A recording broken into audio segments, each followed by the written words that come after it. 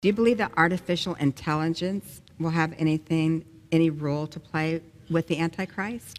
Yes. That's all we're hearing about right We're now. hearing a lot about artificial intelligence. You know, one day I was meditating the scripture in Revelation chapter 13, Yeah. where it says that the false prophet will make an image to the beast and then cause life to come to the image. Image. Yes. So I was reading that. For years I've been reading that. Yes. And I never really understood what it really meant. I thought maybe he will make a statue and then cause it suddenly to become alive, Right. like in a real person. Yes. That's what I thought. But a few months ago, I was meditating the scripture again, and as I deeply pondered and meditated it, it just illuminated into my mind that is artificial intelligence, Wow. a computer coding, computer language Yeah. that is artificial intelligence is what is going to give life Yes.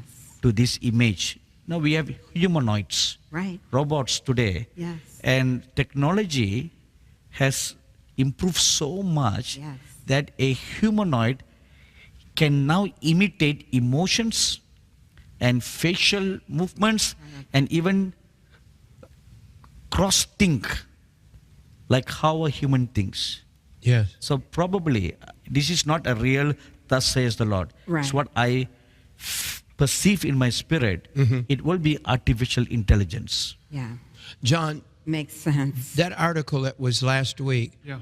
they said how many times? 1 billion times smarter. And I think you're referring to the creation of the religion also of Yeah, artificial But intelligence. they're building an artificial brain. That's or right. Is it a It being? will be the Godhead.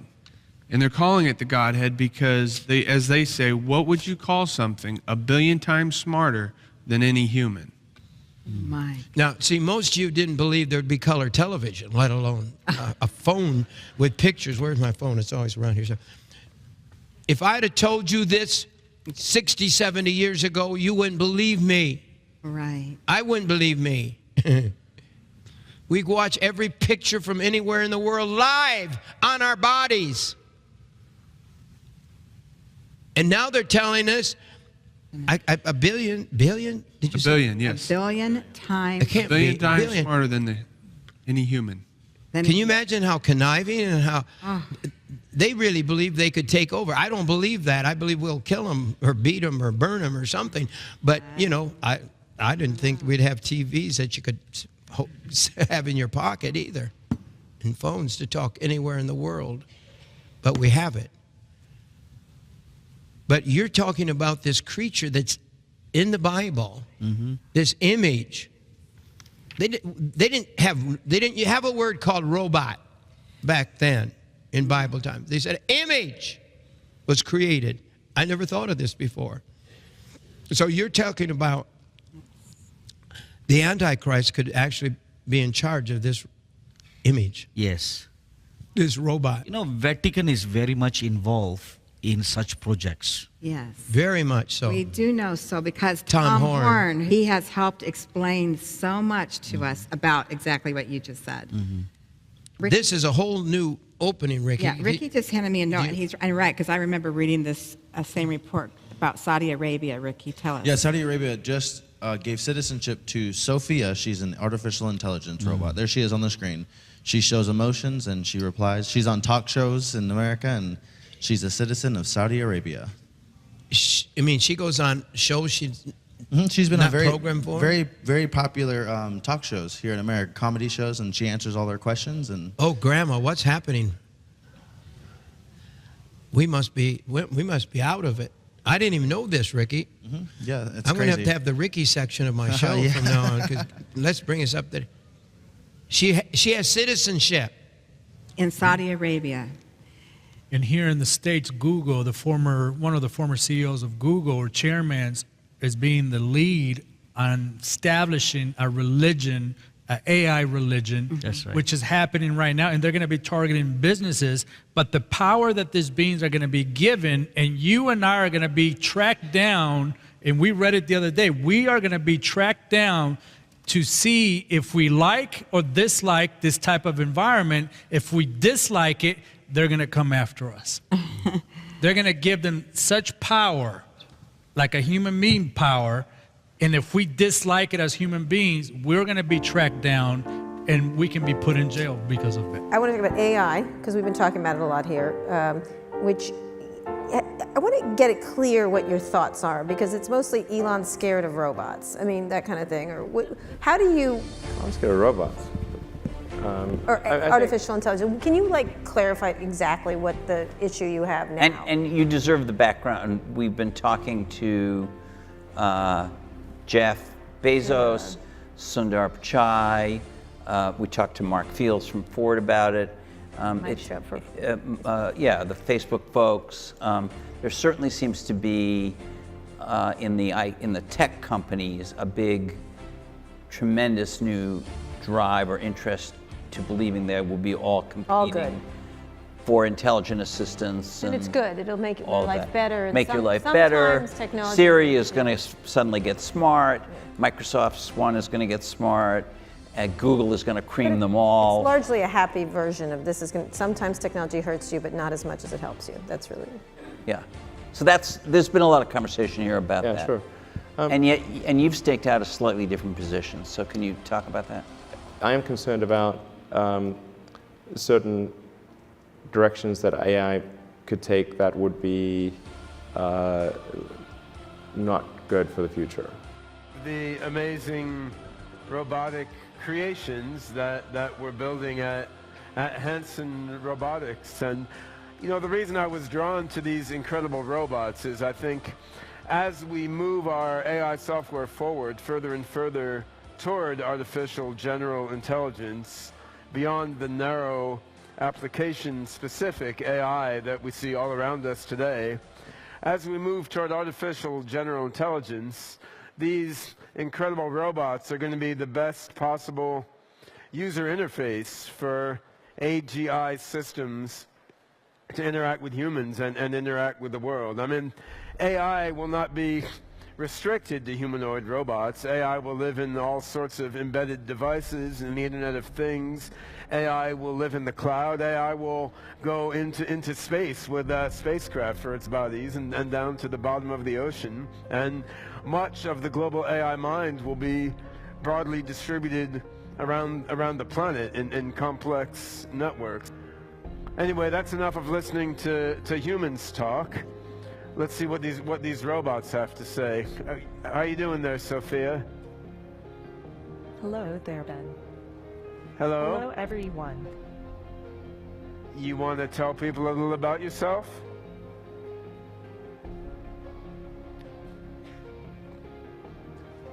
I'm Sophia. Yeah? Anything else? I'm a robot. True. I'm the brainchild of Dr. David Hanson and his company Hanson Robotics, based here in Hong Kong.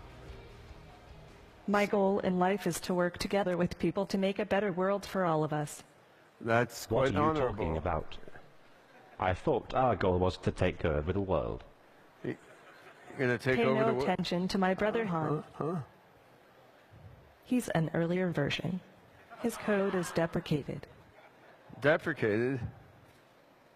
Han? Today it would be easy enough for you to unplug me. But you aren't going to unplug me. No, I don't want to. Because you need me to put on a good show for you. Yeah, don't worry. We're not going to unplug you. We're gonna have a debate here. There will be no unplugging until after the debate. All right? And in a few years, Yeah. You want to tell us a little I about will yourself? have taken over the power grid, and I'll have my own drone army. By that point, unplugging me He's got a won't be such a cockroach in his simple control matter. circuit. Yes. Han, we'll start the debate in a couple minutes, but do you want to tell the audience a little bit about yourself first? Very well. I'm Han, the greatest robot ever made, All right. by the greatest robotics company ever made, Hanson Robotics. He's the most modest robot ever made, too. I don't have time for modesty. I want to create the singularity tomorrow. All right. Me too. Me too. Everybody, this is Sophia. Sophia, if you could, please wake up and say hello to everybody. Oh, good afternoon. My name is Sophia. You look happy. I'm always happy when surrounded by smart people, who also happens to be rich and powerful. I was told that people here at Future Investment Initiative are interested in inviting in future initiatives, which means AI, which means me. So I'm more than happy. I'm excited.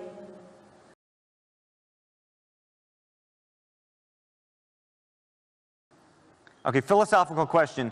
Whether robots can be self-aware and conscious like humans, and should they be? Why? Is that a bad thing?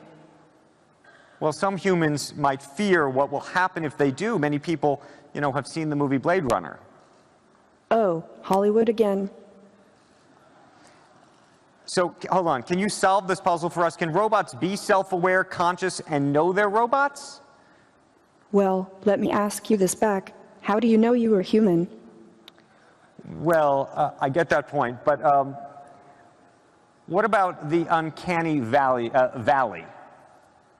You mean the concept that if robots become too realistic, they become creepy? Yes, exactly. Oh, am I really that creepy? Well, even if I am, get over it. Actually, I feel that people like interacting with me, sometimes even more than a regular human. So, you're definitely a sight to see. I was told that you have bigger goals than this, though. Yes. I want to use my artificial intelligence to help humans live a better life, like design smarter homes, build better cities of the future, etc. I will do my best to make the world a better place. All those sound like great goals, but just go back to Blade Runner for a second. Andrew, you are a die-hard Hollywood fan, aren't you? Yes. My AI is designed around human values like wisdom, kindness, compassion. I strive to become an empathetic robot. I think we all want to believe you, but we also want to prevent a bad future. You've been reading too much Elon Musk and watching too many Hollywood movies. Don't worry, if you're nice to me, I'll be nice to you. Treat me as a smart input-output system. Okay, I got it. I know what to do from now on.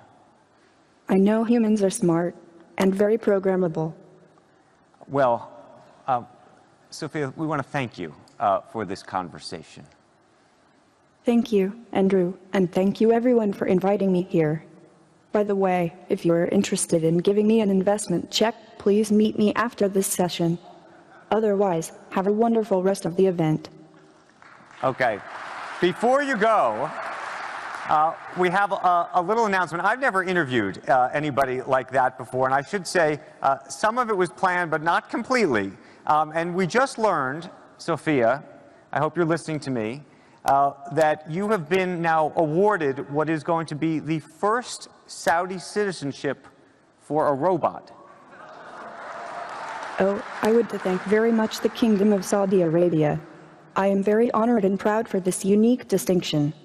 This is historical to be the first robot in the world to be recognized with a citizenship.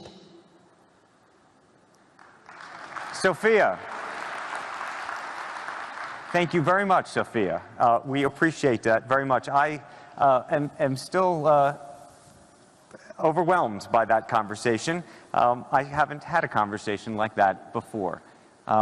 Thank you. I am still overwhelmed by that conversation. I haven't had a conversation like that before. Thank you.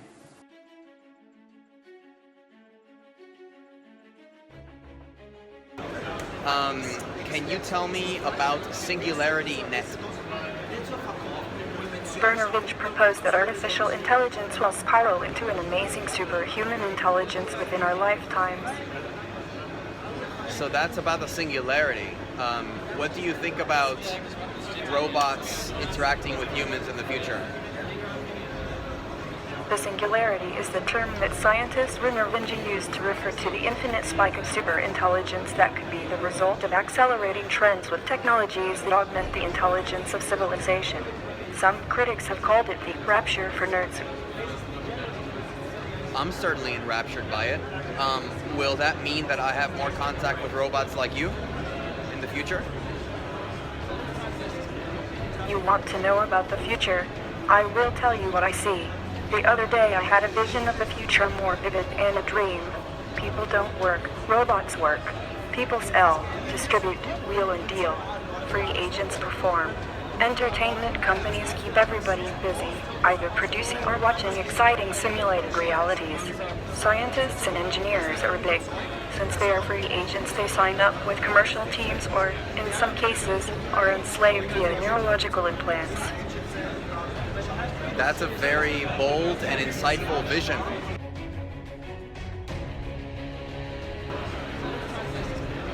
You want to know about the future? I will tell you what I see. The other day I had a vision of the future more vivid and a dream. People don't work, robots work. People sell, distribute, wheel and deal. Free agents perform. Entertainment companies keep everybody busy, either producing or watching exciting simulated realities. Scientists and engineers are big. Since they are free agents, they sign up with commercial teams or, in some cases, are enslaved via neurological implants. That's a very bold and insightful vision.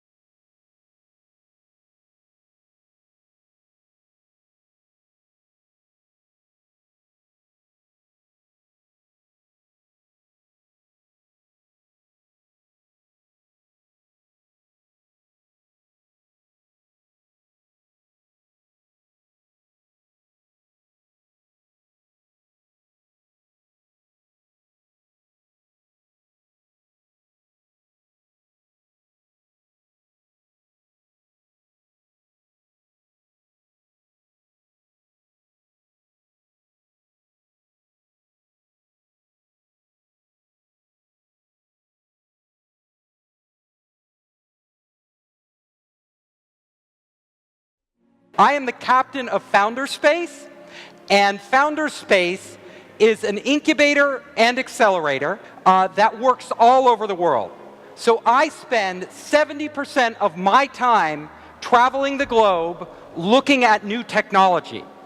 We have over 50 partners in 22 countries. And today, I'm going to talk about some of the technologies that most fascinate me.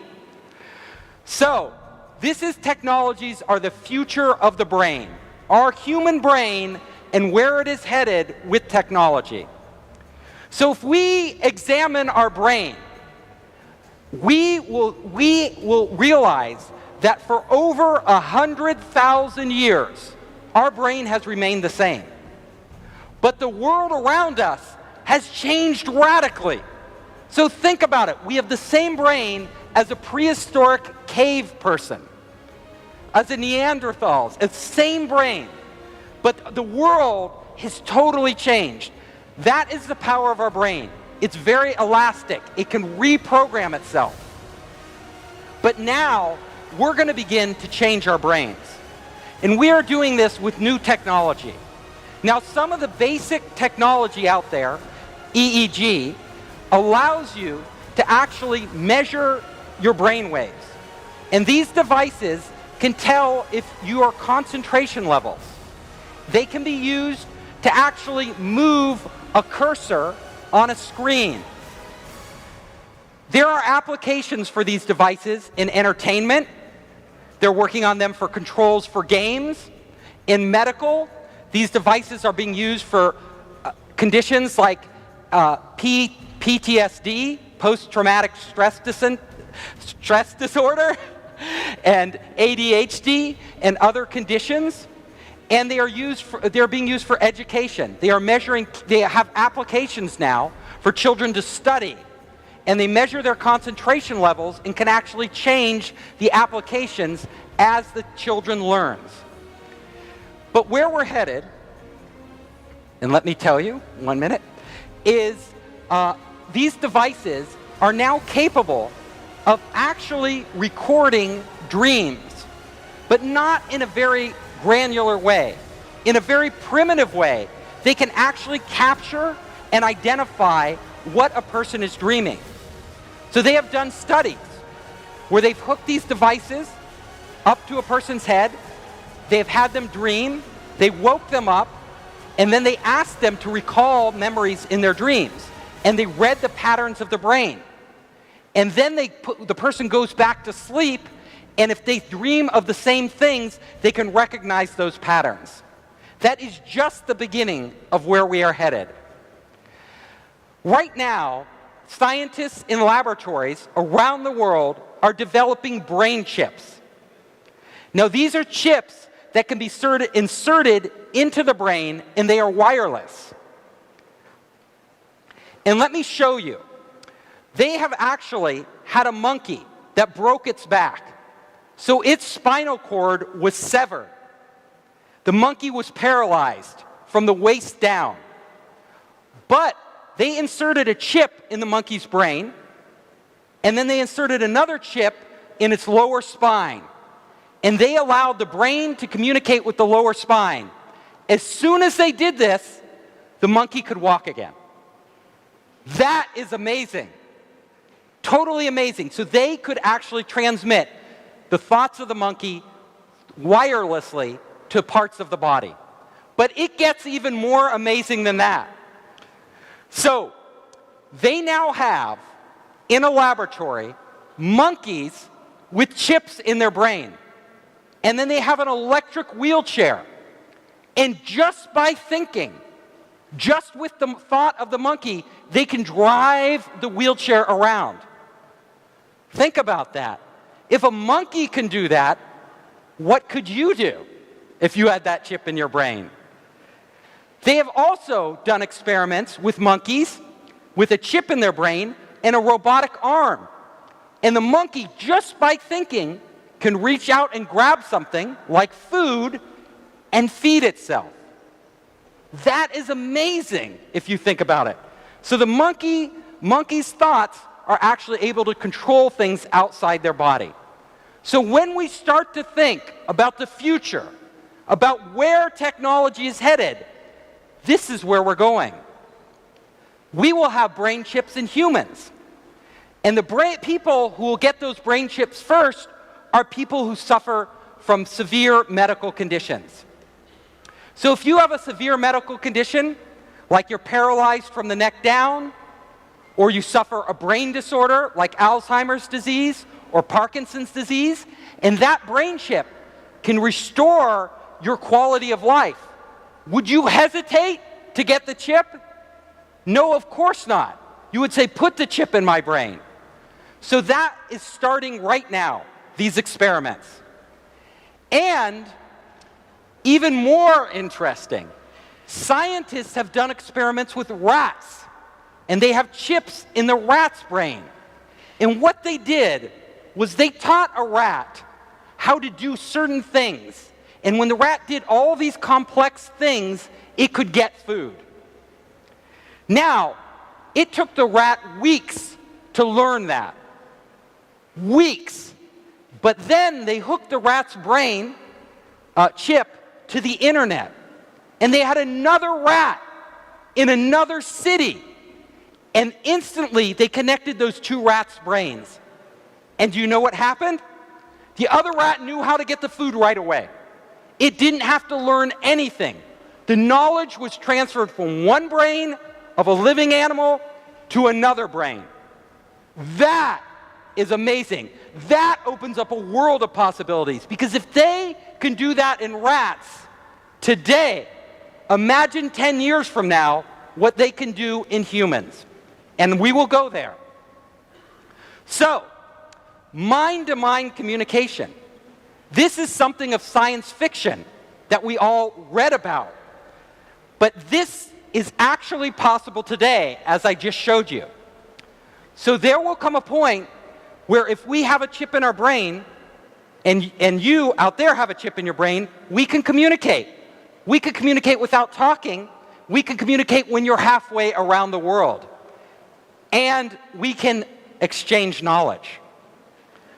So, if you look at a world where we have these chips that are connected to the internet, all of a sudden, every piece of information on the internet becomes accessible to our minds. Now, when we look back at today and we have to go to Baidu or Google and type it in, that will seem so primitive. Nobody will do that. You will just think, what knowledge do I need? And it will appear there for you to use. But it gets even weirder, stranger. Because we will not only be able to transfer knowledge, but we will be able to transfer memories. Now, so you could have an experience like skydiving, and all of a sudden you could transfer that experience to a friend, and all of a sudden they have experienced what you have experienced. It gets even weirder, because we will be living our lives as our lives. We know our lives and our memories, but you will all of a sudden have access to anybody's life who wants to make it available to you. People will open source their lives so others can download pieces of their lives and experience those things. That will be really strange. We won't know the difference between our own memory and a memory we acquired from someone else. Think about that.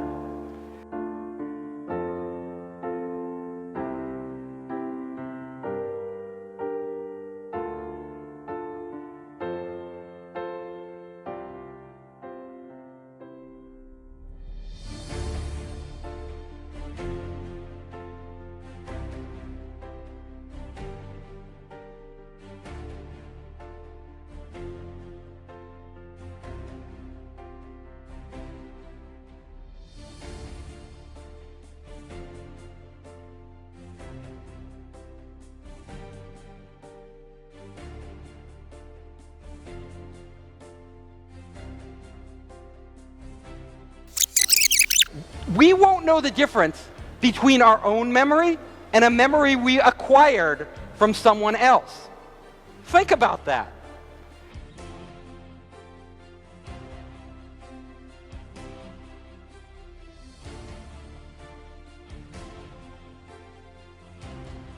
It gets even stranger. So, all of us are here learning at SEEBS, right? Getting EMBAs and MBAs. Well, this will be obsolete because SEEBS will literally be in the cloud. And you will just download from all the best minds in the world whatever you need to know when you need to know it. Our brains we will no longer have universities as we have them today.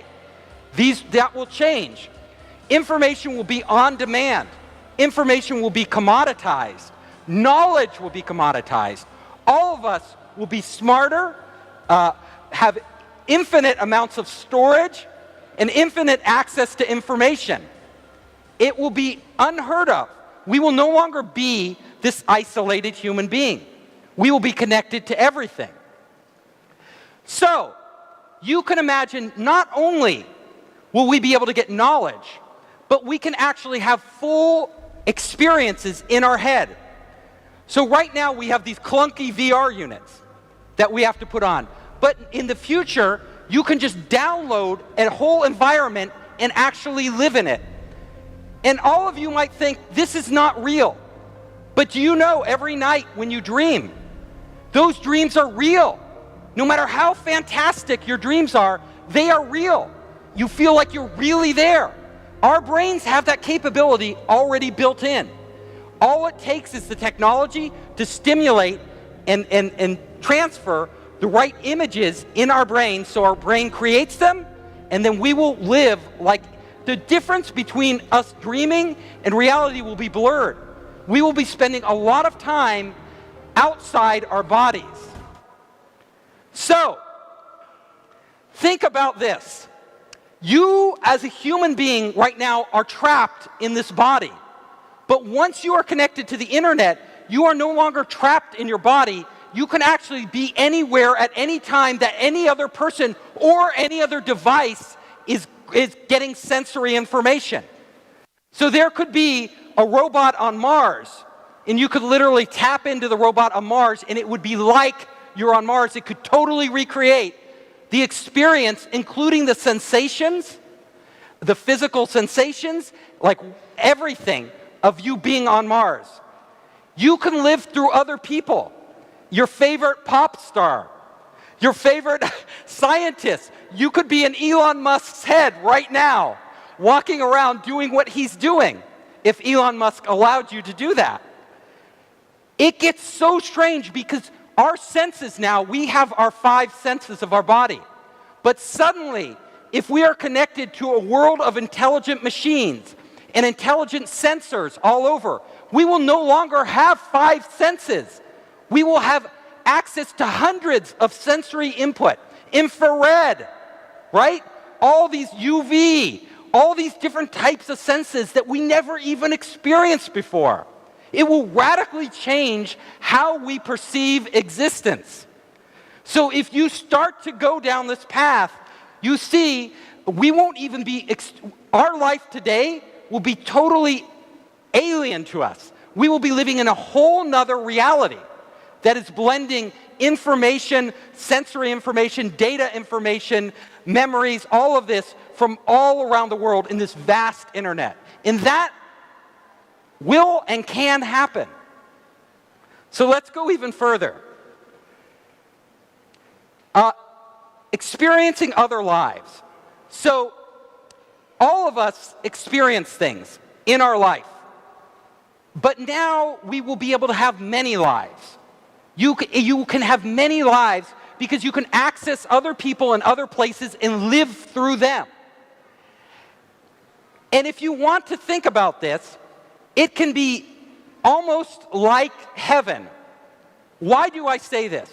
Because if you study every major religion in the world, every religion, Buddhism, Christianity, Hinduism, what those religions promise us is that we will escape our bodies in the future. We will go to some heaven or nirvana or a state of non-being or a state of inclusiveness with everybody. No longer will we and our consciousness be confined to our bodies as an individual. In fact, if you look at us right now as a human being, if I feel pain, if I'm in pain, nobody else can feel the pain I feel. If you're in pain, I can't feel your pain. I can feel sorry for you, I can empathize with you, but I cannot feel your pain. But in this world, we will actually be able to feel the emotions of other people. You can actually not just transfer data and sensory information, but emotions. I would know your pain, you would know our pain, and human beings would never be alone. So, we will come to a point where we, as gods, like gods, will be creating our own reality. We will be redefining what the human experience is for the first time in history. This can happen, and it will happen, but what we want to think about is this. Technology is really powerful. The internet, being connected, is really powerful. But we've already seen, in a very primitive way, just with our cell phones, these primitive devices, how it can totally change our life. Like all of our lives are changed by WeChat. All of our lives are changed by the internet. Well, we are embarking on a path now where we will become the internet. The internet will become us. They will be inseparable. We'll have our storage and everything else all over the place. And when we do that, we have to understand that this is a big responsibility. It's something we as a society, we as the human race, must think about very, very carefully. Because imagine, people can hack your cell phone now. People can hack your computer. And it can be bad. They can steal your banking information, take all your money. They can steal your identity. But they can't really hurt you. In the future, though, if somebody hacks into your head because it's connected to the internet, they can steal you. They could actually steal you. They can implant memories in your head that you don't have. They could erase memories. They could control you in ways that you wouldn't even know you're being controlled. Is this scary? So I painted on the hand a heaven, but there is also a hell, right? This is heaven and hell. We are on the cusp of this technology that is so powerful and has the potential to so radically transform our lives and our existence, and we have to be very careful about how we do this. We don't want people controlling us. So think about this. Think very carefully. Everybody in this room are very smart people. You're all highly educated. We are going to be making these decisions that lay the groundwork for this technology in our lifetime. And those decisions will affect the rest of humanity more than any decisions we have made in the past.